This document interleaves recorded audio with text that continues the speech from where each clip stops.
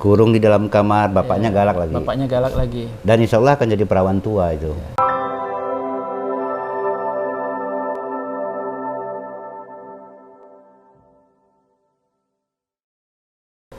Hai, selamat malam guys. Kembali lagi bersama saya Kiki Firdaus. Selamat datang di channel YouTube Kiki Firdaus.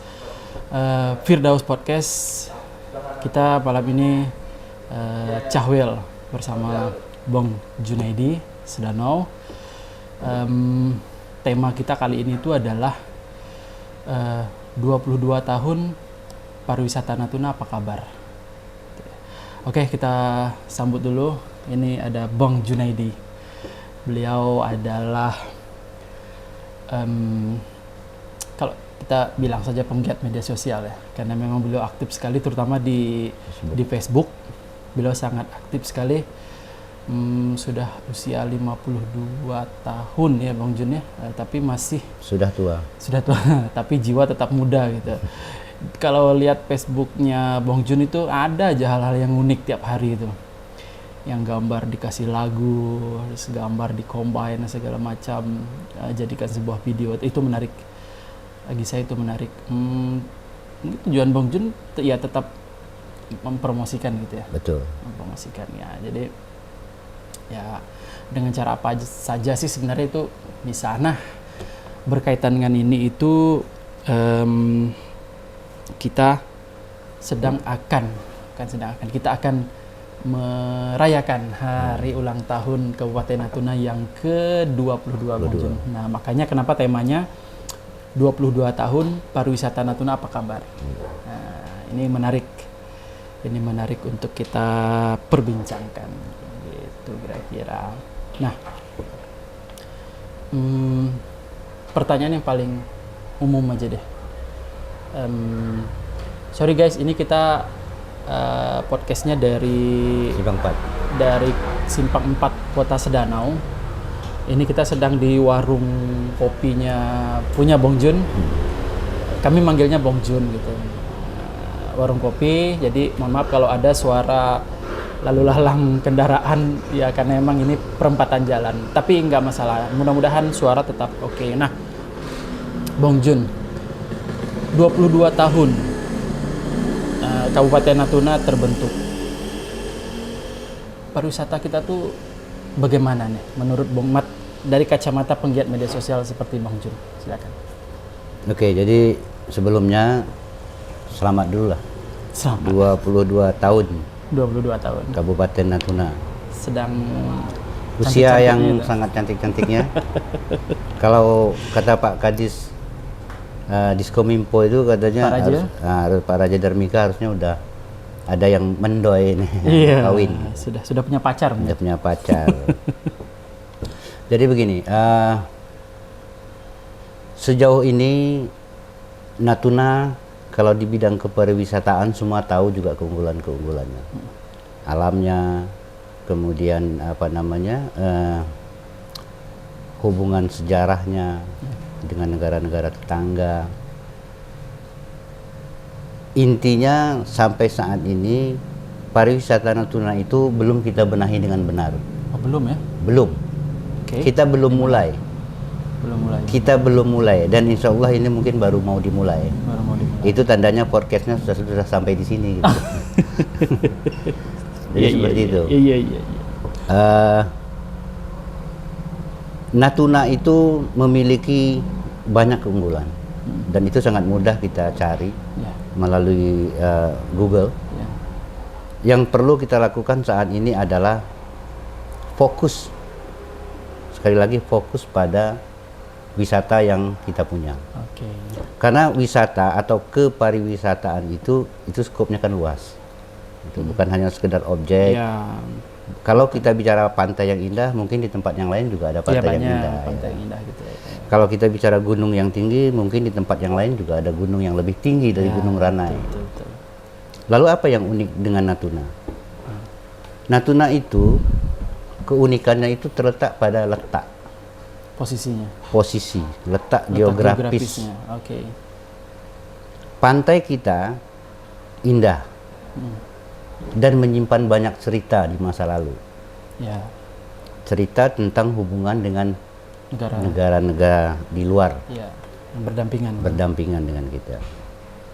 Ini merupakan salah satu yang dalam istilah saya sebut sebagai tapak budaya. Natuna ini adalah tapak budaya Melayu sebetulnya, di mana kalau kita lihat nuansa Melayu yang ada se-ASEAN itu ada di Natuna. Ada di Natuna, karena kita campuran. Betul. Maka kalau di tempat lain itu ada pantai yang indah, di Natuna juga pantai yang indah dengan sejarah historinya. Histori. Dan itu bisa kita lacak dari berbagai sumber tulisan. Aspek wisata ini yang berhubungan dengan histori itu melengkapi keindahan pantai Natuna yang bisa kita elaborasi lebih jauh lagi. Ya, ini mungkin menjadi PR kita ke depan, bagaimana memanfaatkan atau mengembangkan potensi kesejarahan dengan dikemas dengan alam yang indah. Kawin lah dia pokoknya. Ya, kawin. Dan kita belum mulai. Kita baru mulai karena podcastnya baru sampai. Oke. Sampai lupa nawarkan minum. Jadi musim Covid nih Bang, kita harus minum banyak minum air putih. Banyak minum air putih dari Aqua. Ini baik untuk kita konsumsi. Kita minum dulu Bang, baru kita lanjut cahwel.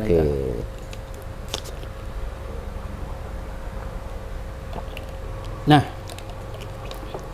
kita kan baru memulai untuk ke arah-arah pengembangan pariwisata. Apa sih sebenarnya tuh kita menerka-nerka sana, kita mungkin kita tidak berada di dalam sistem birokrasi itu, kita menerka saja. Sebenarnya kesulitannya itu apa sih Bang?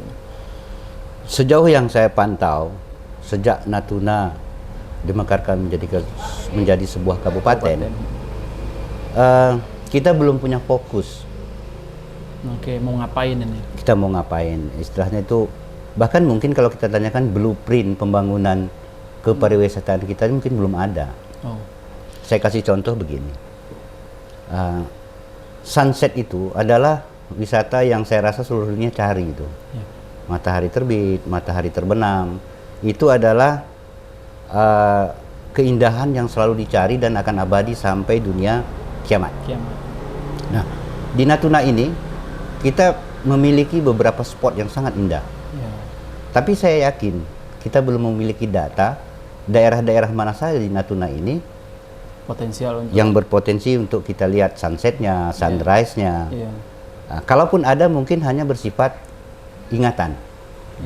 Bukan dalam bentuk database yang sebuah tulisan, sebuah tulisan atau data yang dengan lengkap koordinatnya, koordinat, gitu. Akurasi. Saya berharap ke depan pariwisata Natuna ini dengan menggunakan teknologi yang saat ini memang sedang booming. Seperti teknologi aplikasi, mulai melangkah ke arah itu agar orang-orang di luar Natuna mudah mencari informasi data tentang pariwisata yang bersifat pasti. Oke.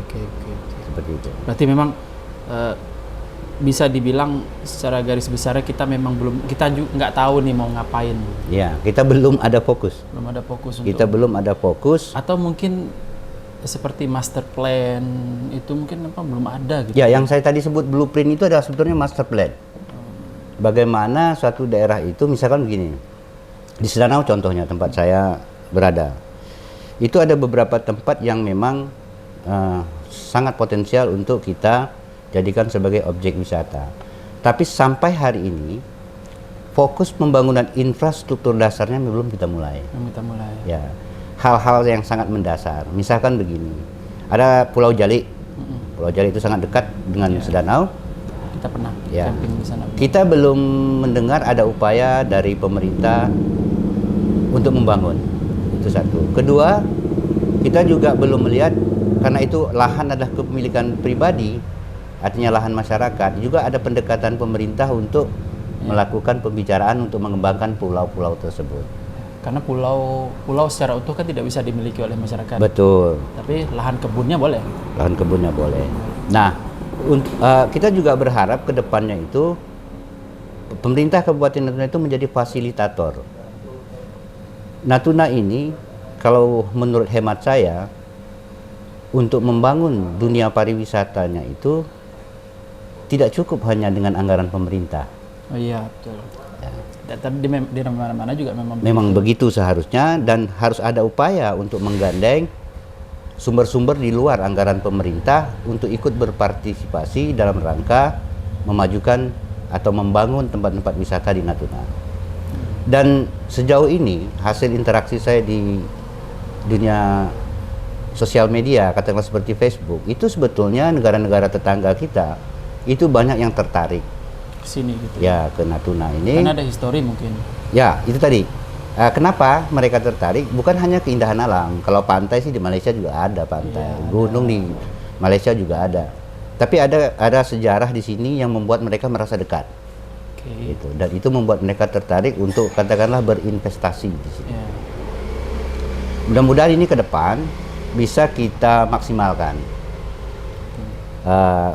Mungkin usai COVID nanti, suasana pandemi mungkin baru bisa kita mulai. Yeah. Tapi minimal persiapannya sudah harus kita lakukan di Natuna. Sekarang gitu ya. Untuk menyambut calon-calon katakanlah investor yang akan masuk ke sini. Yeah. Sebenarnya dunia pariwisata ini kan adalah sebuah industri gitu. Betul. Sebuah industri. Kadang-kadang memang pemerintah juga ada keterbatasan karena kan sifatnya memang bisnis, head to head bisnis gitu kan. Nah, bisnis.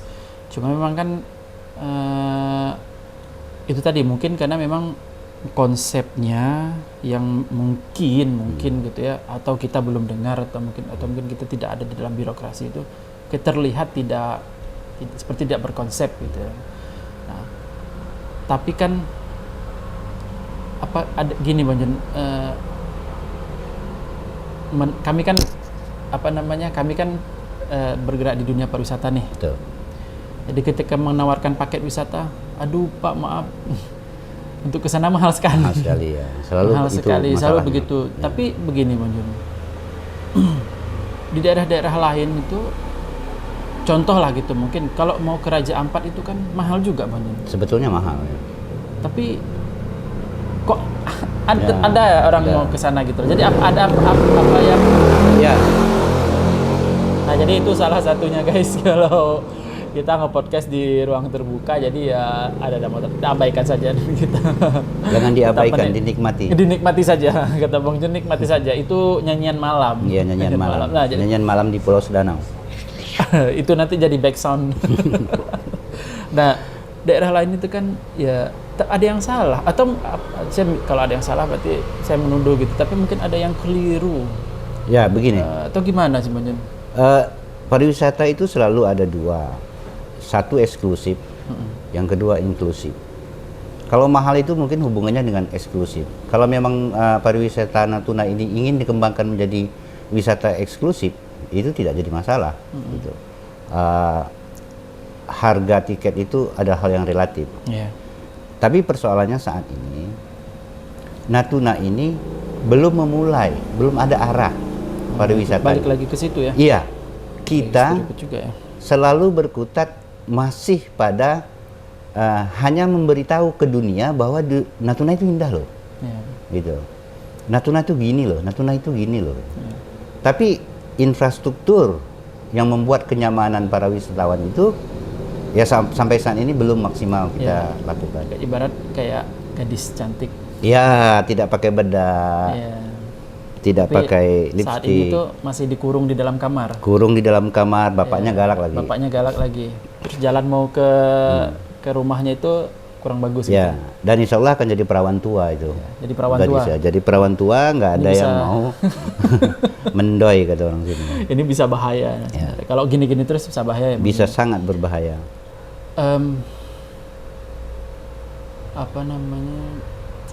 Kompleks juga sebenarnya tapi sebenarnya bisa nggak sih kita melewati ini, berubah masalah ini gitu ya, melewati masalah ini atau sebetulnya tidak ada kata yang tidak bisa ya. Apalagi dalam perspektif pertahanan keamanan nasional, Natuna itu sangat diperhatikan oleh pemerintah pusat. Yeah.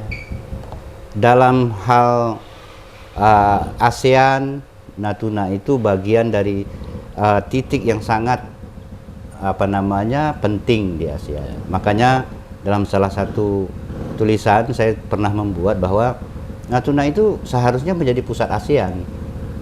Oke, karena dia ya, ada di kantor sekretariat ASEAN itu harus di Natuna. Karena dari Malaysia dekat, dari Singapura dekat, dari Thailand dekat, ya, dari mana-mana dekat gitu. Ya. Jadi seharusnya dalam perspektif seperti itulah Natuna itu dibangun. Natuna harus dibangun dalam perspektif ASEAN. Natuna for Itu ASEAN. Center of point-nya ya? Ya, center of point. Nah, untuk itu diperlukan upaya dari pemerintah daerah untuk bersama dengan pemerintah pusat menghubungi negara-negara ASEAN ini untuk juga ikut berkontribusi membangun Natuna begitu. Karena mereka punya sekretariat di sini gitu. Ya, karena letaknya. Kalau kita bicara tentang konflik, ya kita yang paling dekat. Ya. Kalau kita bicara tentang misalkan bencana di laut, yang melalui jalur Alki 1 ini, maka Natuna lah sentralnya. Penerbangan juga udara kita sekarang dimiliki oleh Singapura kayak gitu kan. Nah, Natuna itu harus dibangun dalam perspektif ASEAN minimal. Tidak bisa dibangun hanya sebagai sebuah kabupaten yang dibandingkan dengan kabupaten lain, karena kita berhadapan dengan negara-negara yang sangat maju, negara-negara yang tingkat ekonominya mungkin lebih tinggi dari kita. Mereka sebenarnya posisi Natuna itu seksi sekali, sangat seksi, sangat seksi, berada di tengah-tengah lautan, dikelilingi oleh negara-negara ASEAN. Negara ASEAN. Kita tidak berbatasan dengan kabupaten, tapi kita berbatasan dengan negara. Ya, istilahnya harusnya presiden di sini. Ya, mestinya begitu. Mestinya Pak Jokowi sebenarnya harus berkantor di Natuna, minimal sebulan sekali. Why not? Kalau di Papua saja dibangun istana negara, istana presiden, kenapa tidak juga di Natuna? Karena kita adalah beranda terdepan, berhadapan dengan konflik yang sampai sekarang juga belum ada penyelesaiannya. Sebenarnya pariwisata itu kan, makanya saya bilang tadi pariwisata kan head to head, business to business gitu kan, bisnis. Ketika dia memang menjanjikan untuk sebuah bisnis, ya investor pasti datang ramai ke sini ketika itu menjanjikan. Tapi ketika itu belum menjanjikan, ya mungkin orang juga investasi, akan berpikir dua kali. Investasi besar-besar tapi nanti takut bikin resort misalnya, ternyata nggak ada tamunya, malah rugi. Nah, tamu juga mau datang ke sini, ya, kalau nggak ada resort, ya mau nginap di mana? Tidak nyaman ya. Ya, siapa yang mau jadi semut dan gula dulu berarti gitu kan. Nah, kita agak sedikit mengarah kepada lokasi tempat kita bicara sekarang, Sedanau gitu. 22 tahun pariwisata Sedanau, apa kabarnya? Saya bertanya seperti itu lagi. Jadi sampai hari ini Sedanau makin sepi. Makin sepi benar. Ya, makin sepi. Kemudian juga karena ada imbas dari pandemi COVID-19 ini, makin bertambah sepi lah. Tapi bukan sepinya yang ingin kita bicarakan. Sepi itu biasa. Ketika ada daya tarik, mungkin dia akan menjadi ramai kembali. Nah, daya tarik yang inilah yang harus kita elaborasi ke depan agar Sedanau tidak sepi. Dulu Sedanau tidak sepi karena wilayah Sedanau itu kecamatannya belum dipecah-pecah. Artinya dari Pulau Laut, dari Pulau Tiga semua datang ke sini karena induk kecamatannya. Ketika dipecah, maka yang melakukan aktivitas itu hanya orang-orang Sedanau saja di Sedanau, yaitu membuatnya menjadi sepi. Sebenarnya Sedanau ini itu kalau kami jual paket gitu ya, Sedanau ini selalu menjadi list untuk kunjungan, terutama orang kan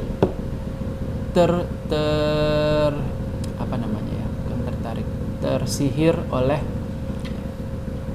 kata-kata, di Sedanau itu ada ikan Napoleon yang harganya sekian juta. Yang biasa dinikmati oleh orang-orang Hong Kong, ya. Cina daratan ke bagian sana lah gitu.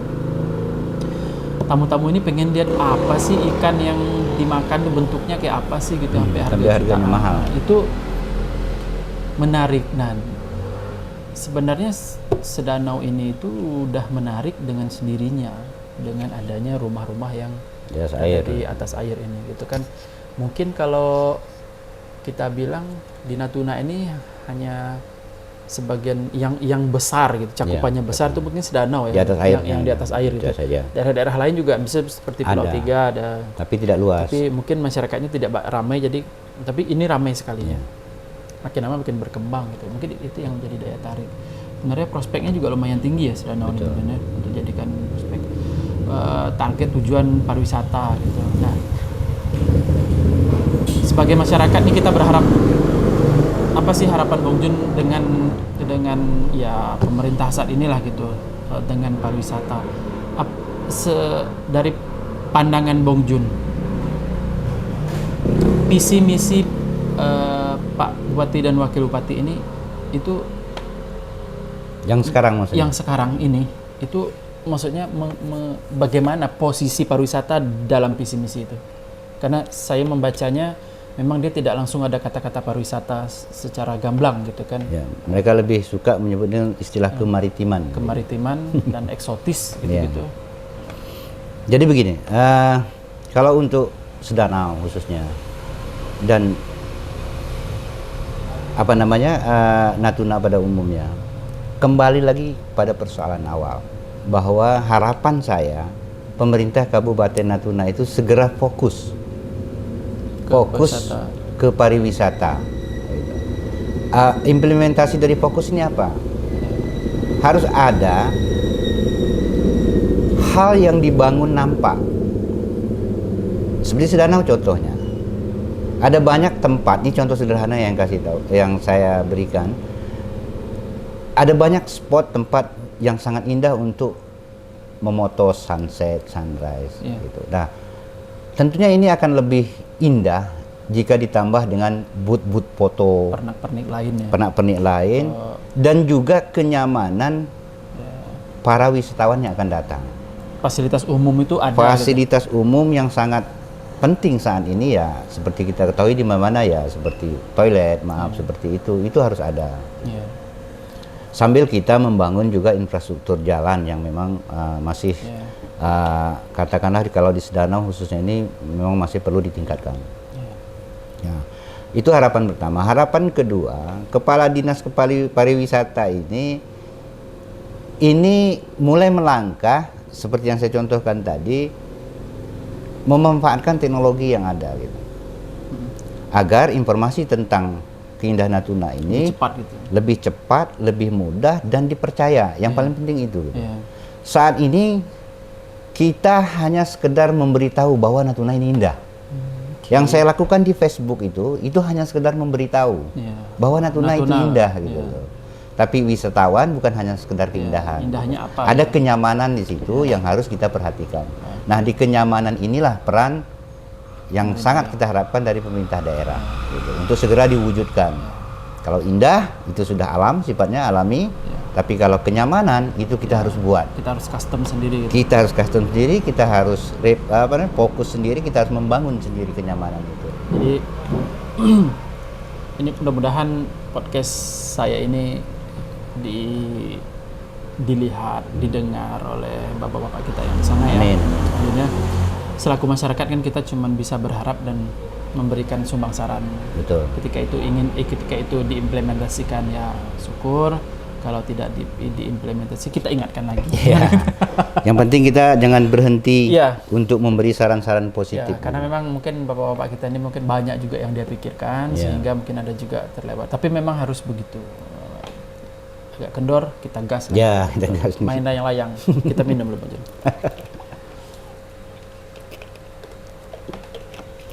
Ini jam emang udah harusnya sepi sih karena jam 10 hampir 10.30 by the way. Ini malam minggu banyak. Malam minggu jam segini udah sepi itu mungkin mengikuti aturan pemerintah, Bang Jun. No, this is the real sedanau.